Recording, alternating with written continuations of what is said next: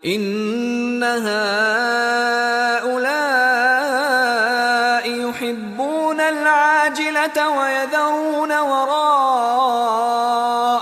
يوما ثقيلا نحن خلقناهم وشددنا أسرهم وإذا شئنا بدلنا أمثالهم تبديلا إن هذه تذكرة فمن شاء اتخذ إلى ربه سبيلا أعوذ بالله السميع العليم من الشيطان الرجيم بسم الله الرحمن الرحيم الحمد لله رب العالمين وبه نستعين على أمور الدنيا والدين والصلاة والسلام على سيد المرسلين وعلى آله وصحبه أجمعين اللهم أنت ربي لا إله إلا أنت خلقتني وأنا عبدك وأنا على عهدك ووعدك ما استطعت أعوذ بك من شر ما صنعت أبوء لك بنعمتك علي وأبوء بذنبي فاغفر لي فإنه لا يغفر الذنوب إلا أنت. Insyaallah kita akan memulai kajian tafsir juz 29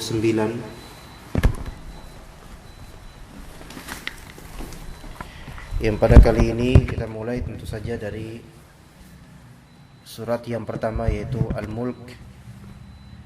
Surat Al-Mulk ini diantara surat yang perlu untuk dihafal bagi kita semua dan tentu saja dipelajari, mengandung di dalamnya makna-makna tauhid yang sangat kuat.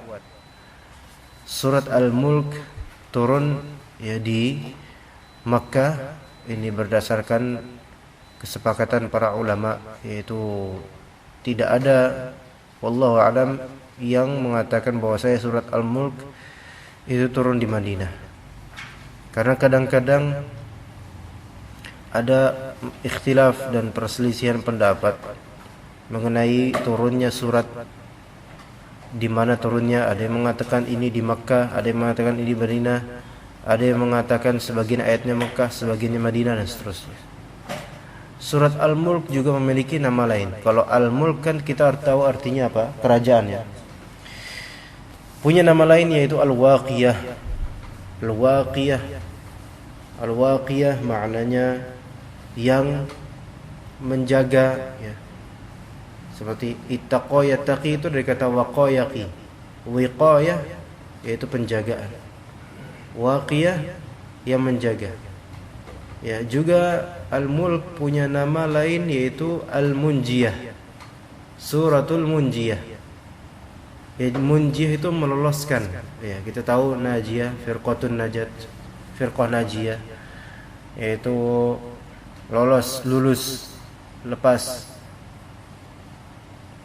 Jadi surat Al-Mulk ini selain bernama surat kerajaan, bernama juga surat yang menjaga atau surat yang menyelamatkan ya. Apa sebab dinamakan Al-Mulk? Karena ayat pertamanya Tabarakalladzi biyadihil mulk, ada lafaz Al-Mulk, dan di surat Al-Mulk ini Allah Ta'ala menjabarkan bagaimana kekuatan kerajaannya, bagaimana kekuasaan dia Al-Jabbar terhadap kerajaannya ya. Juga dinamakan surat Al-Waqiyah dan Al-Munjiyah ya, disebabkan Rasulullah sallallahu alaihi wasallam dalam sebuah hadis riwayat At-Tirmidzi ya pernah berkata ya, dan insyaallah akan ana jabarkan insyaallah.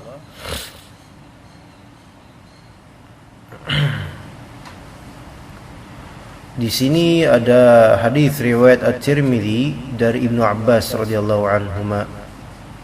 Berceritalah Ibnu Abbas, daraba rajulun min ashabi Rasulillah sallallahu alaihi wasallam khiba'ahu ala qabr. Ini di sini ada seseorang ya dari sahabat Nabi sallallahu alaihi wasallam dan berjalan ya di atas kuburan atau di dekat kuburan, wa huwa la yahsabu annahu qabr. Dan dia tidak menyangka bahwasanya itu adalah kuburan. fa idza qabru insanin yaqra'u suratal mulki hatta khatamaha. Ternyata itu adalah kuburan manusia yang sedang membaca surat Al-Mulk sampai habis. Ya. Jadi mereka, yaitu sahabat ini, mendengar ada yang baca surat Al-Mulk di kuburan itu. Fatan Nabi sallallahu alaihi wasallam. Maka dia pun datang kepada Nabi, lapor, "Ya Rasulullah, ay Rasulullah, darabtu khaba'i ala qabrin wa ana la ahsabu annahu qabr." Ya Rasulullah, saya enggak nyangka itu kuburan, tapi saya lewatin gitu aja. Fa idza qabru insanin yaqra'u suratal mulk. Ternyata ada kuburan seorang manusia yang sedang membaca surat Al-Mulk sampai khatam, ya Rasulullah. Maka dalam riwayat ini Rasulullah berkata, "Hiya al-mani'ah, hiya al-munjiyah, tunjihi min adzabil qabr." Surat Al-Mulk ini adalah al-mani'ah. Ya, berarti bisa juga dinamakan al-mani'ah. Al-mani'ah maknanya adalah yang mencegah, yang menghalangi. Hiya al-munjiyah, kata Rasulullah. Munjiyah juga artinya menyelamatkan. Ya. Tunjihi min adzabil qabr. Menyelamatkan orang itu dari azab kubur. Ya. Ini hadis yang dikatakan oleh para ulama. Kalau misalnya dikatakan oleh Imam At-Tirmidzi, hadza haditsun hasanun gharibun min hadzal wajh. Ini hadis hasan gharib dari sisi ini. Dan dalam bab ini, dalam tema ini, ada hadis riwayat Abu Hurairah. Insyaallah nanti kita bahas hadis riwayat Abu Hurairah, juga riwayat Tirmidzi juga, Ahmad, Abu Daud, Nasai dan lain-lain. Kalau hadis dengan perbincangan ini, yaitu hiyal mani'ah, hiyal munjiyah, tunjihi min adzabil qabr, itu di dalam sanadnya ada Yahya bin Amr, dan dikatakan oleh oleh Syamsuddin Az-Zahabi dalam kitab Mizanul I'tidal bahwasanya Yahya bin Amr ini, ya, termasuk hadis ini termasuk hadis yang munkar, itu dhaif. Wallahu alam. Ada yang mengatakan hadis ini dhaif, dan bagi Tirmidzi sendiri hadis ini hasan gharib. Ala kulli hal, ya, kita baca berikutnya hadis juga, ya, riwayat At-Tabrani dalam Al-Mu'jam Al-Kabir, dan juga Imam Al-Hakim dalam Mustadraknya. Rasulullah SAW bersabda, "Wadidtu anna tabarakalladzi biyadihil mulku fi qalbi kulli mu'min." Aku berharap surat Tabarak ini fi qalbi kulli mu'min, di qalbu setiap mukmin. Ya, itu dikatakan oleh Rasulullah SAW sesuai dengan riwayatnya Al-Hakim dalam At-Tirmidzi. Ya. Dan disebut oleh Al-Hakim bahwasanya sanadnya ini insyaallah sahih. Tetapi Imam Az-Zahabi mengkritik sanad ini karena di dalam sanadnya ada seorang perawi, Hafiz bin Umar Al-Madani, yang dikatakan oleh Imam Az-Zahabi beliau adalah wahin, yaitu lemah. Jadi ada, untuk dua hadis yang telah Anda sebutkan tentang surat Al-Mulk ini ada apa? Ada masalah. Ya, bermasalah. Nah, tadi kata Tirmidzi dalam sunannya, setelah menyebutkan hadis riwayat Ibnu Abbas, dan beliau menyebutkan ini gharib, beliau menyebutkan kemudian hadis atau menyinggung adanya hadis Abu Hurairah. Hadis riwayat Abu Hurairah ini juga diriwayatkan oleh At-Tirmidzi. Dan Tirmidzi akan mengatakannya haditsun hasan, enggak pakai gharib. Tidak hanya At-Tirmidzi, melainkan Imam Ahmad dalam musnadnya, dan juga ashabus sunan seperti Abu Dawud dan An-Nasai dalam Sunan Kubra, dan Ibnu Majah, dan juga pemilik Al-Mustadrak yaitu Imam Al-Hakim. Mereka meriwayatkan hadis berikut. Nabi SAW bersabda sesuai dengan riwayat Abu Hurairah, inna suratan min kitabillahi ma hiya illa 30 ayah. Sesungguhnya ada surat dari kitabullah yang hanyalah berjumlah 30 ayat. Surat itu hanya berjumlah berapa? 30 ayat. Jadi surat Al-Mulk ini maksudnya hanya 30 ayat. Syafa'at li rajulin hatta akhrajathu minan nar yaumal qiyamah. Memberikan syafaat kepada seseorang sampai surat itu mengeluarkannya, bacaannya itu mengeluarkannya dari neraka pada hari kiamat. Masya Allah. Wa adkhalathul jannata wa hiya suratu Tabarak, dan memasukkan pembacanya ke surga, dan itu adalah surat Tabarak. Hadis riwayat At-Tirmidzi. Ini mungkin dari ketiga hadis yang telah Anda sebutkan semuanya, ini yang paling lebih baik. Imam At-Tirmidzi mengatakan hadis ini hasan. Walaupun ada para ulama di antara Syekh Mustafa Al-Adawi mengatakan ya dalam salah satu fatwanya bahwasanya tidak ada hadis yang mu'tamad, tidak ada hadis yang bisa menjadi dalil terhadap surat Al-Mulk, tetapi yang masyhur di kalangan ulama bahwasanya hadis berkaitan dengan fadilah surat Al-Mulk itu yang paling mending adalah hadis riwayat Abu Hurairah ini, yaitu bahwasanya surat Al-Mulk ini ya wallahu alam bisa bacaannya menjadikan syafaat kita ya insyaallah di hari akhir ya. Ya.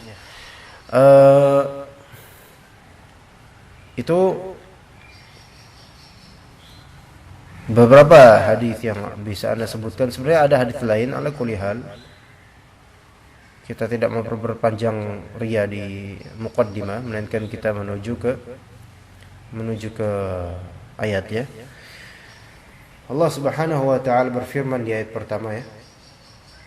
Tabarakalladzi biyadihil mulku wa huwa ala kulli syai'in qadir. Tabarakalladzi biyadihil mulku wa huwa ala kulli syai'in qadir. Tabaraka kalau diartikan di sini apa? Ya, tabaraka itu wazan dalam sarafnya tafa'ala. Dan awalnya dari lafal barakah. Ya, tetapi di sini ya, masyhurnya di kalangan ulama tabaraka yaitu bermakna taqaddasa, dan itu adalah penafsiran dari Al-Hasan Al-Basri ya.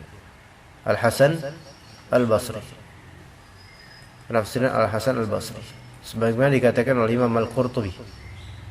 Dan ada yang mengatakan tabaraka artinya dama, yaitu menerus, selalu ya, wa huwa daimul ladzi la awwala liwujudihi wa la akhira lidawamihi, yaitu dia adalah yang selalu ada, tidak ada awal untuk keberadaannya dan tidak ada akhir untuk keterusannya. Itulah Allah Azza wa Jalla. Dalam tafsirnya kalau tadi tabarakalladzi biyadihil mulku wa huwa ala kulli syai'in qadir, lafal tabaraka ditafsirkan ta'azama wa kathura khairullah. Ya, ta'azam artinya maha besar, maha agung, dan kathura maha banyaknya kebaikan dari Allah Azza wa Jalla. Dan ini memang sesuai dengan spirit makna dari lafal barakah. Karena barakah ini bermakna ada ziyadah. Ya, tambahan nama pertumbuhan itu barakah. Ya, itu lafal barakah. Ini tabaraka, ada yang menafsirkan taqaddasa. Artinya apa? Maha suci. Makanya kalau misalnya antum membaca kitab-kitab terjemahan Al-Quran terjemahan, antum akan mendapatkan makna tabaraka ini maha suci Allah. Ya, itu sesuai dengan penafsiran siapa tadi? Al-Hasan Al-Basri ya. Tapi ada juga ulama lain yang menafsirkan tabaraka sebagaimana di Mukhtasar fi tafsir ini, yaitu tabaraka maknanya adalah ta'azama wa kathura khairullah. Betapa agungnya dan betapa banyaknya kebaikan dari Allah Azza wa Jalla. Alladzi biyadihil mulku, ya, yang di tangannya lah kerajaan, ya, segala kerajaan. Al-mulk di sini kan mencakup apa? Mencakup mulkus samawati wal ard fid dunya wal akhirah. kerajaan langit-langit dan bumi di dunia maupun di akhirat. Ya. Juga itu sebagaimana disebutkan oleh Al-Mawardi dalam An-Nukat wal Uyun, bahwasanya di sini memang kerajaan Allah Ta'ala dunia dan akhirat, langit dan bumi itu berada di tangannya. Dalam tafsir mukhtasar ini, alladzi biyadihi wahdahu al-mulk. Ya. Yang atau biyadihi wahdi atau biyadihi wahdahu. Yang di tangannya sajalah kerajaan ini. Ya. Baik, sekarang apakah layak untuk kita takwilkan biyadihil mulk ini di bawah kekuasaannya? Nah, ini lafal di bawah kekuasaannya itu memang merupakan konsekuensi dari dari makna tangan, tetapi itu bukanlah makna tangan. Bisa paham enggak di sini? Baik, misalnya nih Anda bilang HP ini berada di genggaman saya. HP berada di genggaman saya. Ya. Antum maknai HP ada di tangan saya ini, makna yang zahir apa? Jelas HP di tangan saya, udah itu jelas. Ya. Konsekuensi HP berada di genggaman seseorang itu berarti HP tersebut dikuasai oleh seorang tersebut. Paham? Di sini ada makna yang asli, makna hakiki, ya. Bahwasanya di dalam genggamannya itu di tangannya gitu kan. Dan ada makna lazim. Makna yang berupa konsekuensi. Bisa paham? Kalau makna hakiki yaitu jelas antum melihat ini HP di tangan saya. Makna konsekuensinya lazimnya adalah ketika HP di tangan seseorang, maka konsekuensinya HP tersebut dikuasai oleh dia. Nah, sekarang kalau misalnya sebagian dari ulama Islam menafsirkan yad, ya ini berkaitan dengan akidah asma wa sifatnya. Menafsirkan yad, tangan, itu dengan makna kekuasaan. Itu menafsirkan namanya tafsir dengan kelaziman dari makna hakiki. Paham? Kelaziman yaitu sesuatu konsekuensi dari makna sebenarnya. Ya. Asalnya itu tidak salah. Tetapi kita tahu bahwasanya firqah-firqah yang menyimpang ini dalam masalah asma wa sifat, mereka menafsirkan dengan tafsiran lazim itu sambil menafikan tafsiran hakiki. Paham? Sebagian dari ulama yang semoga Allah maafkan mereka dari firqah yang telah menyimpang itu menafsirkan tangan dengan tafsiran apa tadi? Kekuasaan. Ya. Yad itu maknanya bukan tangan tapi kekuasaan. Nah, kekuasaan, lafal kekuasaan, pemaknaan untuk yad itu adalah makna apa tadi? Lazim. Bukan makna hakiki. Makna hakiki adalah tangan. Sebagai makna aslinya gitu. Salahnya mereka ini adalah mereka menafsirkan tangan, menafsirkan yad dengan kudrah, kemampuan, kekuasaan, ya. Itu sambil menafikan tangannya Allah Azza wa Jalla. Kenapa? Alasan mereka, loh manusia pun punya tangan. Kalau sampean menisbatkan atau sampean menetapkan bahwa Allah punya tangan, berarti sampean ini musyabbih, penyerupa, menyerupakan Allah dengan makhluknya. Bisa paham gak di sini? Ini benar gak? Salah. Karena Allah Ta'ala telah mengabarkan di beberapa ayatnya memiliki tangan. Dan kita harus mengawali pemaknaan dengan pemaknaan zahir yang hakiki. Gak boleh kita takwilkan ke makna yang jauh atau lazimul makna, melainkan harus mengawali dari makna hakiki, dan itulah Al-Quran dan As-Sunnah. Ya. Kalau misalnya mau memaknai jauh harus dengan ada dalil. Dan itu pun ya kita dalam masalah asma wa sifat ini tidak boleh menafikan makna hakiki sambil melanjutkan ke makna lazim atau jauhnya. Tapi berarti sekarang bagaimana kita terjemahkan Maha Suci Allah yang di tangannya lah segala kerajaan? Penerjemahan Depak sudah sahih sesuai dengan spirit salaf. Ya. Jadi alhamdulillah. Jadi sebenarnya kita bersyukur ya Pak. ya maksudnya ulama kita yang mereka berkumpul untuk meracik penerjemahan Al-Quran, alhamdulillah mereka menafsirkan yad ini, karena terjemahan itu nggak mungkin tanpa tafsir. Terjemahan yad di sini dengan tangan, alhamdulillah. Repot loh kita kalau misalnya ternyata di Al-Quran terjemahan kita mendapatkan Maha Suci Allah yang di kekuasaannya lah segala kerajaan, itu maknanya benar.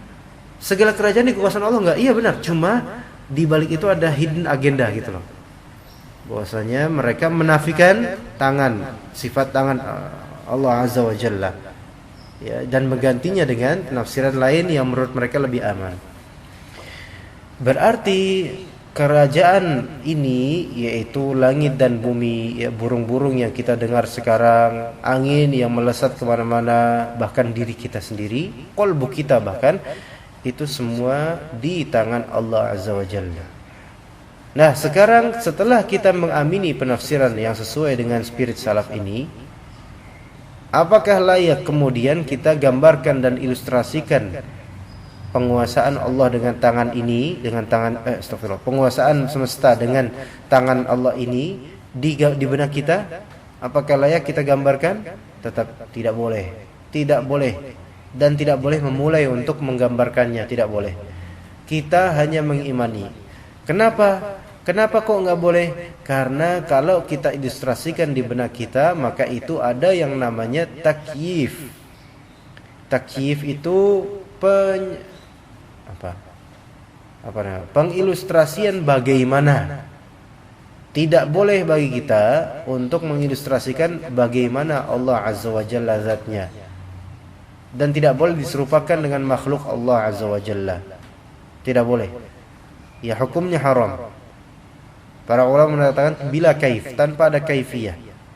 Lalu terus kita ngapain? Cukup imani teks. Karena yang disuruh oleh Allah Ta'ala dan Rasulnya kepada kita untuk masalah zat Allah adalah mengimani khabar-khabar yang ada di teks Al-Quran dan As-Sunnah secara zahir tanpa adanya takwil yang menyimpang dan menafikan makna hakikat.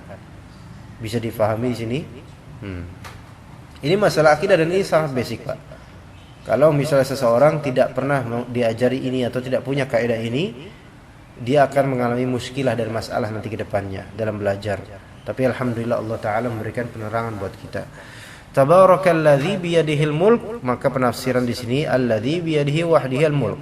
Biyadihi wahdahu al mulk. Nah, wa huwa ala kulli syai'in qadir, dan dia yaitu Allah Azza wa Jalla terhadap segala sesuatu itu maha apa? Qadir, maha kuasa, maha mampu. Ya. Bagaimana tidak mampu? Allah Subhanahu wa taala di tangannya lah kerajaan ini, ya kan? Maka kata Ibnu Abbas, biyadihil mulk, yu'izzu man yasha wa yudhillu man yasha, kata Ibnu Abbas.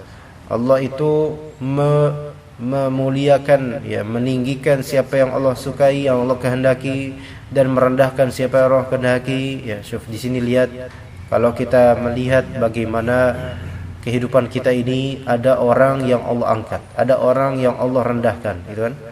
Ada ustadz-ustadz yang benar-benar terkenal, ada ustadz-ustadz yang mau terkenal nggak bisa-bisa, ya kan?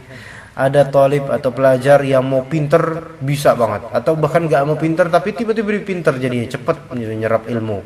Ada talib yang baca aja susah padahal udah berusaha benar-benar. Itu semua di bawah kehendak Allah dan semua Allah yang atur, dan semuanya di tangan Allah Azza wa Jalla. Ya, sebagaimana dikatakan oleh orang-orang juga, jodoh itu ada di tangan Tuhan. Ya, jelas bukan hanya jodoh masalahnya, segalanya itu di tangan Allah Azza wa Jalla dan di bawah kekuasaan Allah tentu saja, ya kan? Jadi segala nasib kita ini memang wa ma tasyauna illa yasha Allah. Tidaklah kalian menghendaki kecuali Allah lah telah menghendakinya, gitu kan? Di sini Ibnu Abbas menetapkan, ya, Allah Ta'ala meninggikan dan merendahkan siapa yang Allah kehendaki. Wa yuhyi wa yumit, menghidupkan dan mematikan yang Allah kehendaki. Wa yughni wa yufqir, membuat kaya dan membuat fakir siapapun yang Allah kehendaki. Wa yu'ti wa yamna, ya, memberi dan mencegah siapapun yang Allah kehendaki, ya. Itu sebagaimana yang disebutkan oleh Ibnu Jauzi dalam kitab Zadul Masir dan juga Imam Al-Qurtubi dalam kitab tafsirnya, ya. Dan wa huwa ala kulli syai'in qadir, Allah Ta'ala maha mampu untuk memberi kenikmatan dan memberi azab. Ya, sangat mudah bagi Allah, dan tafsirnya wa huwa ala kulli syai'in qadir, la yu'jizuhu syai'un. La yu'jizuhu syai'un apa? Tidak. A'jaza yu'jizu itu membuat enggak bisa. Enggak ada sesuatu pun yang membuat Allah tidak bisa melakukan itu. Maksudnya tidak ada yang menghalangi Allah dari apa yang Allah kehendaki. Iya. Kalau kita baca dalam kitab Tafsir At-Tabari, ya, jilid ke-23, halaman 505, cetakan Ar-Risalah Tahqiq Ahmad Muhammad Syakir, At-Tabari mengatakan, menafsirkan dalam wa huwa ala kulli syai'in qadir, kata beliau, wa huwa ala ma yasha'u fi'lahu dzu qudratin la yamna'u min fi'lihi mani'un wa la yahulu bainahu wa bainahu ajzun. Ana terjemahkan, maksud wa huwa ala kulli syai'in qadir, dialah Allah ala ma yasha'u fi'luhu dzu qudrah, dialah Allah terhadap apa yang Allah kehendaki untuk membuatnya, itu memiliki kudrah. Kudrah itu apa? Kemampuan, kekuasaan, yang mana la yamna'uhu min fi'lihi mani'un, yang tidak ada pencegah dari perbuatan Allah, wala yahulu bainahu wa bainahu ajzun, dan tidak ada penghalang ketidakmampuan antara Allah dengan apa yang Allah kehendaki, enggak ada. Allah maha kuat, maha mampu, ya, tidak ada penghalang. Makanya dalam zikir, Allahumma la mani'a lima a'taita wa la mu'tiya lima mana'ta. Ya Allah, tidak ada yang mencegah terhadap apa yang Engkau berikan, ya kan? Dan tidak ada yang dapat memberi Allahumma la mani'a lima a'taita, ya benar, wa la mu'tiya lima mana'ta. Tidak ada yang bisa memberi kalau Engkau mencegah. Sahih atau tidak? Sahih. Ya. Jadi segala apa yang kita dapatkan, ya, sekarang ini, ya, dari sampean Pak, rumah, ya, itu ya Allah yang ngasih, gitu kan. Allah mu'tiya, dan tidak ada yang bisa mencegah. Walaupun satu alam ini mencegah, tapi kalau Allah sudah menetapkan sampean sudah punya rumah di Cilengsi, ya saya enggak bisa apa-apa.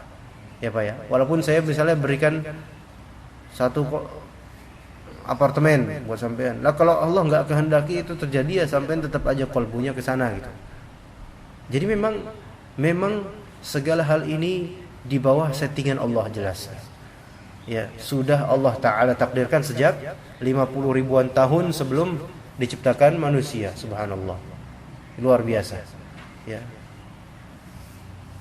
ya, ini ayat pertama yang bisa kita bahas. Kemudian alladzi khalaqal mauta wal hayata liyabluwakum ayyukum ahsanu amala wa huwal azizul ghafur. Ya, jadikan ini ayat ini benar-benar untuk tazkiyatun nufus, ya. Alladzi khalaqal mauta, yang menciptakan al-maut, yang menciptakan apa? Kematian. Berarti kematian pun merupakan makhluk Allah Azza wa Jalla yang terjadi pada manusia atau hewan atau makhluk yang hidup, ya. Bukan hanya kematian, melainkan kehidupan pun adalah ciptaan Allah Azza wa Jalla. Tetapi di sini ada yang menafsirkan, ya, sebagaimana disebutkan oleh Al-Qurtubi dalam tafsirnya dan juga Al-Mawardi dalam An-Nukat wal Uyun. Makna alladzi khalaqal mauta wal hayat, ya. Ada yang memaknai bahwasanya al-maut yang dimaksud adalah maut di dunia, dan al-hayat yang dimaksud adalah al-hayat di akhirat.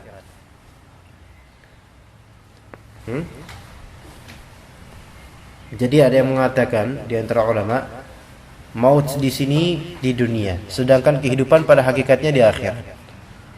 Ada yang menafsirkan begitu, Pak. Ada yang menafsirkan begitu.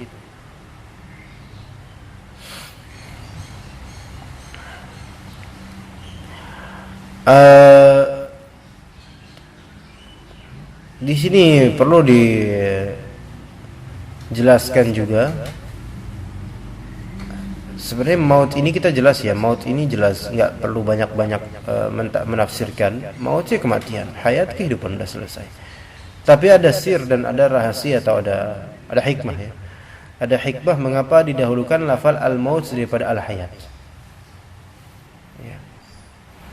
Kata Imam Al-Qurtubi, antum enggak kedinginan benar kayak gitu, kedinginan tidak. Benar. Kata Imam Al-Qurtubi, wa quddimal mauta 'ala al-hayati li'anna al-mauta ila al-qahri aqrab, kata Imam Al-Qurtubi.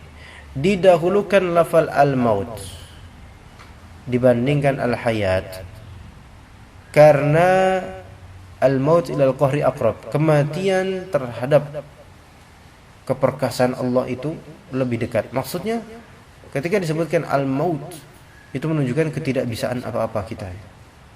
Ya. Nah, sementara ayat-ayat ini dalam konteks Allah membicarakan tentang kemampuannya, wa huwa ala kulli syai'in qadir.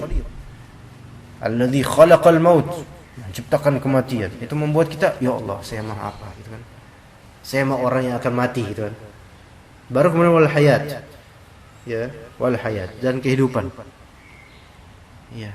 Tapi ada juga yang mengatakan hikmahnya didahulukan al-maut dibandingkan al-hayat dalam ayat kedua ini adalah li'annahu aqdam, karena kematian itu lebih awal daripada kehidupan.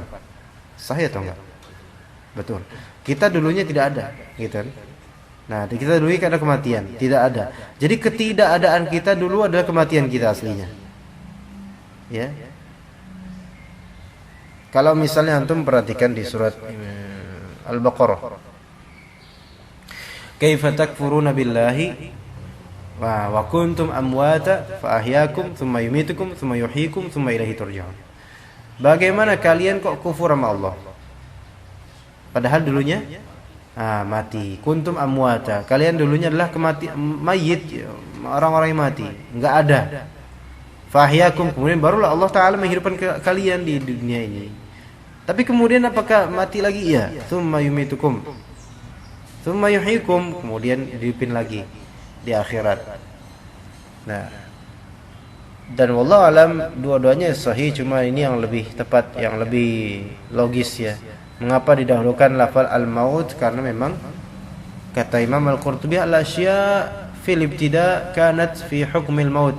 Segala sesuatu dalam permulaannya dulu sehukum dengan kematian. Iya, dalam hadis yang sahih Rasulullah sallallahu alaihi wasallam bersabda, "Inna ahadakum yujma'u khalquhu fi batni ummihi 40 yawman nutfatan, thumma yakunu 'alaqatan mithla dhalik, thumma yakunu mudghatan mithla dhalik."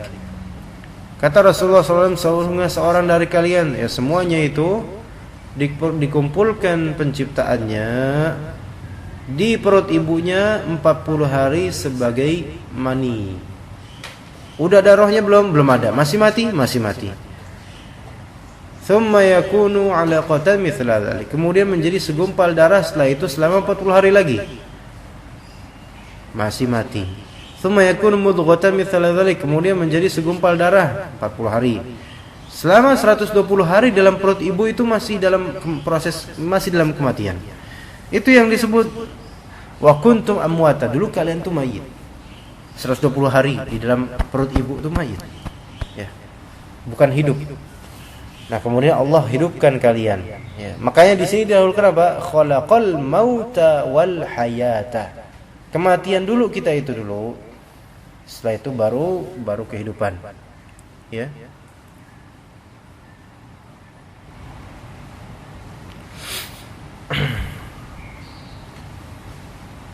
Dalam tafsir yang kita pelajari, alladzi khalaqal mauta wa khalaqal hayata, itu jelas yang menciptakan kematian dan menciptakan hayat, kehidupan.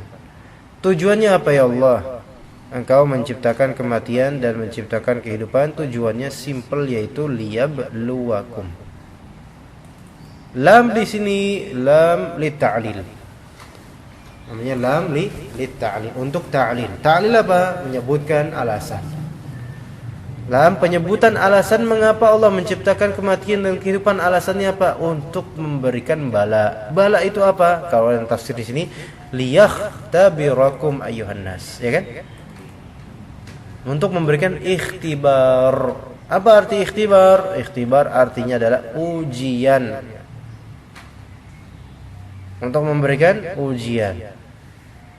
Kepada siapa? Kepada kalian wahai manusia, ya kan? Liyahtabirakum ayuhan nas, wahai manusia, Allah menciptakan kalian dari mati kemudian hidup untuk memberikan ujian. Lalu ujiannya berupa apa? Liyabluwakum ayyukum ahsanu amala. Siapa di antara kalian yang terbaik amalannya? Ya. Siapa di antara kalian yang terbaik amalannya?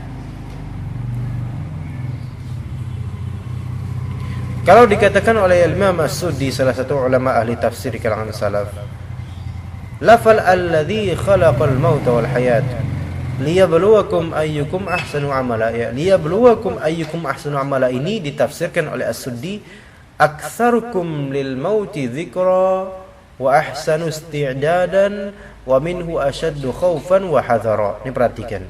Kata As-Suddi, ahsanu amala, yang paling bagus amalnya adalah aktsarukum lil mauti dzikra, yang paling banyak nginget mati.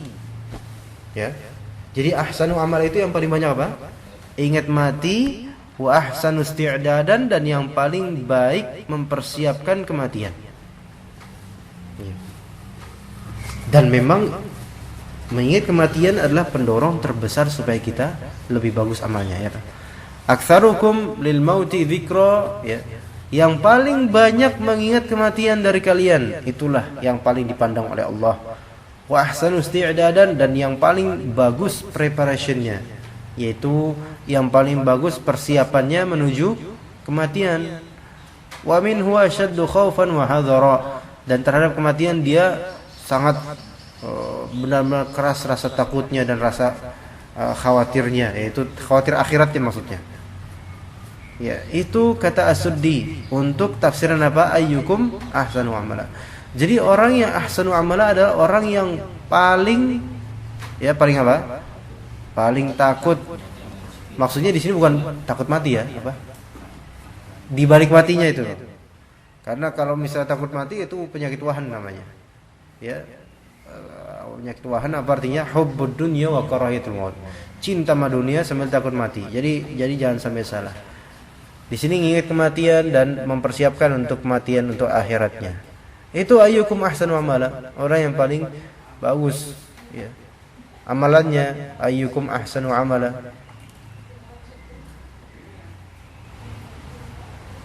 Nah,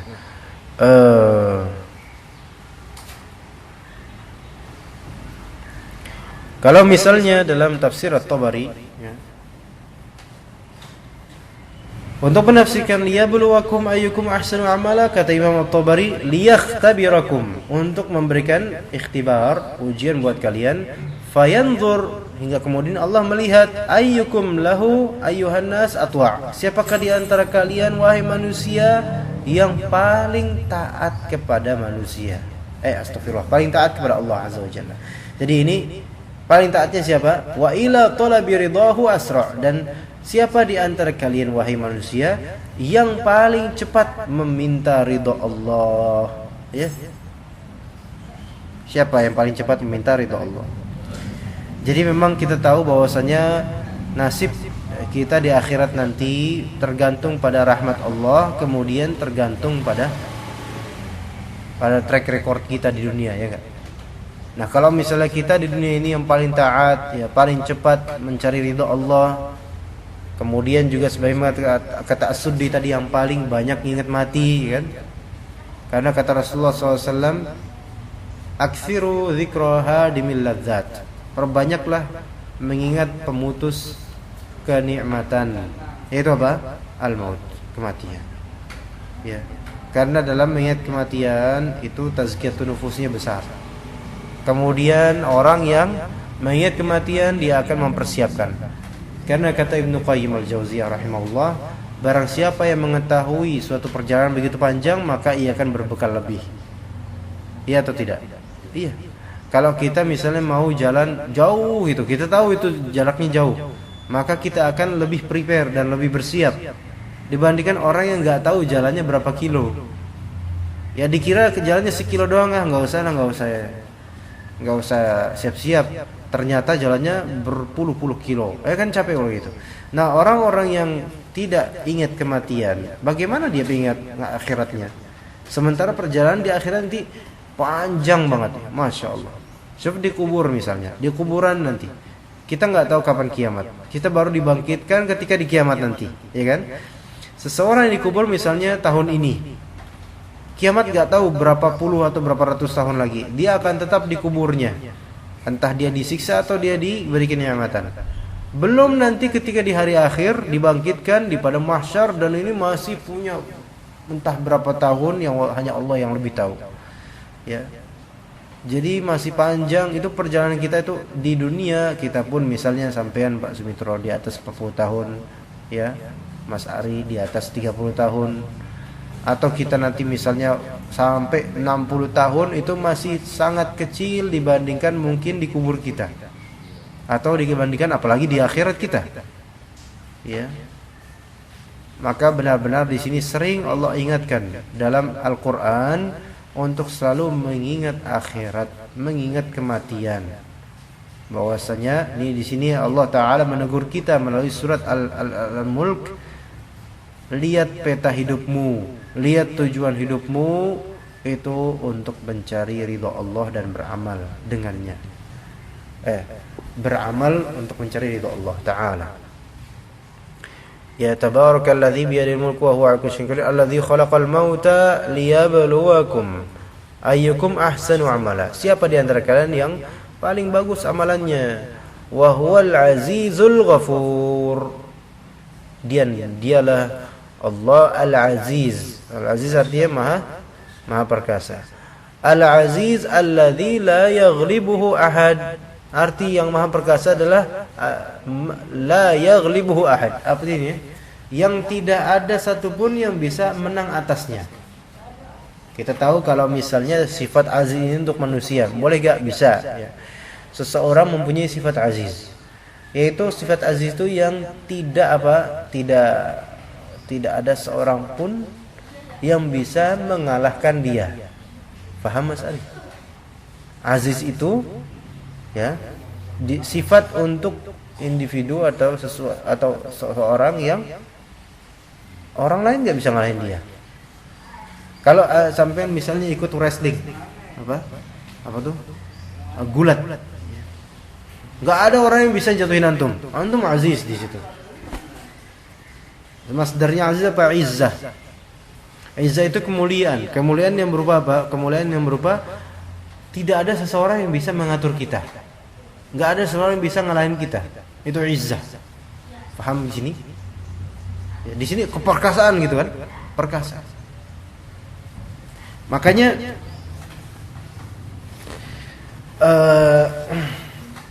dakwah misalnya.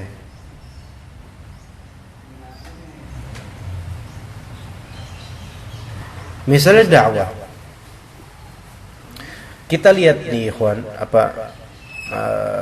seringkali di jalanan ya ada masjid gitu kan, pembangunan masjid, kemudian bikin macet jalan kadang-kadang tuh jaring-jaring ikan nyari duit itu. Taib. Ini sangat menurunkan muruah, kewibawaan masjid. Dan apakah di sini ada izzah? Enggak. Kenapa enggak ada izzah? Karena dikalahkan oleh pemberian orang-orang gitu loh. Maksudnya mereka enggak memiliki kehormatan, enggak memiliki keperkasaan, dan mereka merasa butuh dengan orang-orang jalanan. Gitu kan? Tuh, ini berarti dikalahkan oleh orang-orang. Kemudian juga misalnya antum bedakan misalnya, kalau antum melihat ada seorang dai atau ustaz, dia penghasilannya hanyalah dari ceramah saja misalnya. Halal, selama yang disampaikannya baik. Nah, tapi kalau antum mengkomparasikan antara ustaz yang misalnya dia dakwah juga, tapi dia juga bekerja, misalnya apa sebagai guru di mana gitu kan misalnya, atau kerja sebagai apa pedagang atau pegawai parabola TV dakwah. Sebab di sini dengan adanya penghasilan income di luar dakwah seperti itu akan memiliki izzah dia. Ya. Karena fenomena yang terjadi, Masya Allah, knalpotnya luar biasa bu. Fenomena yang terjadi, tidak sedikit dari dai sekarang diatur oleh IO, ya, atau oleh apa DKM, atau kalau DKM kayaknya biasanya sih enggak, tapi yang model IO ini beda ya. Kalau DKM itu kan lebih ke masalah sukarela DKM itu, ya mereka enggak mengambil peseran dari itu. Kalaupun mengambil itu pun ia mengganti ongkos apa, ya kan.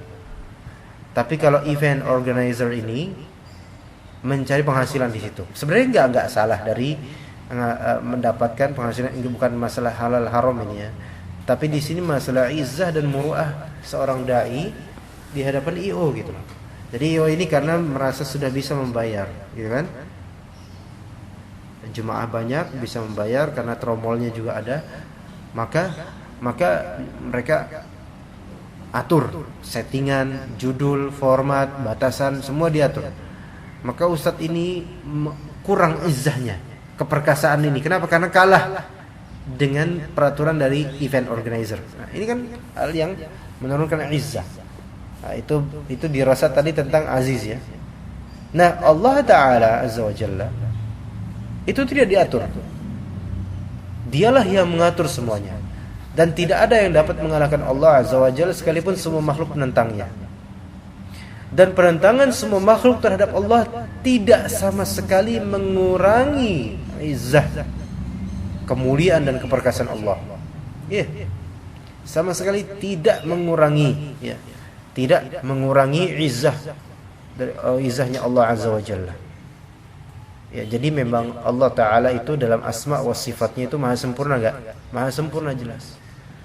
Ya, tidak ada pengurangan. Ya.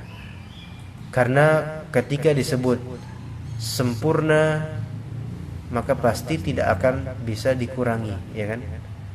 Enggak bakal bisa. Bayangkan di sini kita beribadah semampu, semaksimal mungkin kita itu tidak sama sekali menambah atau mengurangi kuasa kemuliaan Allah Azza wa Jalla. Dan Allah tidak butuh, karena Allah itu Ghaniyun Hamid, maha kaya dan maha terpuji. Bagaimana bisa membutuhkan kita? Enggak butuh Allah pada kita, cuma sebaliknya kita yang butuh. Wahwal Aziz Al-Ghafur. Al-Ghafur yaitu maha pengampun, Al-Ghafur lidzunubi man taba min ibadihi.